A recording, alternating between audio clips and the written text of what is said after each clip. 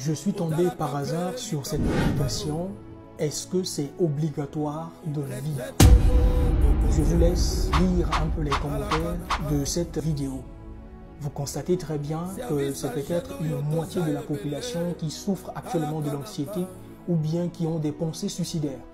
Et ce, d'après même les chercheurs, que d'après la crise de Covid, en fait, les jeunes sont de plus en plus anxieux. Alors, je veux répondre à cette question pour être vraiment bref. Est-ce que c'est obligatoire de vivre? Oui, c'est obligatoire de vivre parce que l'homme a du prix aux yeux de Dieu. Ésaïe 43, le verset 4 nous dit « Parce que tu as du prix à mes yeux, parce que tu es honoré et que je t'aime.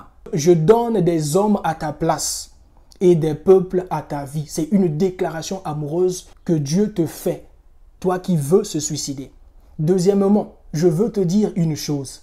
Lorsqu'une personne décide de d'ôter la vie, même si elle était un fervent ou bien une fervente chrétienne, cette personne vient de boucler son ticket directement tout droit en enfer. Il n'y aura même pas une chose qui pourra t'arrêter.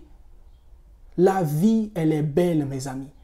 Tu n'es pas sur terre à cette heure, à cette période en vain. Dieu savait, s'il avait besoin que tu ne puisses pas vivre ce genre de choses que tu es en train de vivre, peut-être il allait faire en sorte que tu puisses naître dans les années 80, dans les années 50. Mais si tu es en vie, en cette période exacte de l'histoire de l'humanité, il y a bien une mission pour laquelle tu es là. Maintenant, tu me poses la question, comment découvrir cette mission? Alors, rapproche-toi de Dieu. Pour terminer, dans la Genèse, lorsque Dieu créait le ciel, il disait juste que la lumière soit, et la lumière fut. Que le ciel soit créé, et le ciel avait été créé.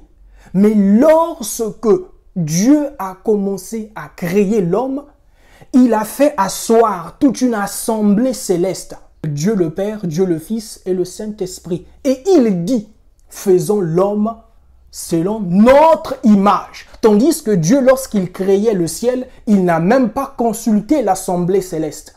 Pour dire quoi au juste? Lorsque Dieu créait le ciel, il créait la terre, il voyait que c'était bon. Retenez cet adjectif qualificatif. Mais lorsque Dieu a fini de créer l'homme, il a vu que c'était très bon. Très bon.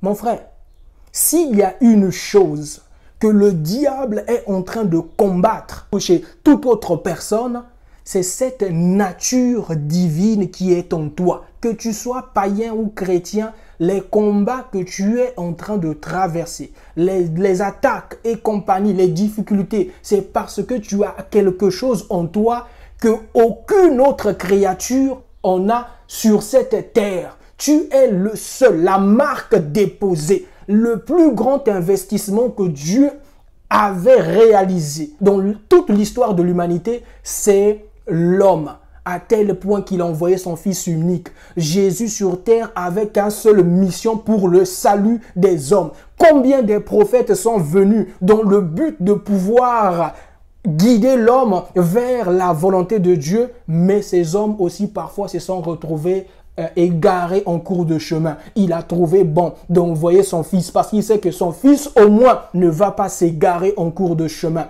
Mon frère, le jour où Dieu va décider d'ôter la nature divine que tu as, qui est en toi, et de mettre ça dans les pierres, vous allez voir que même les challenges, les défis que tu es en train de voir aujourd'hui, les pierres vont commencer à les recevoir. Tu es précieux et Dieu t'aime. Reviens juste à Jésus.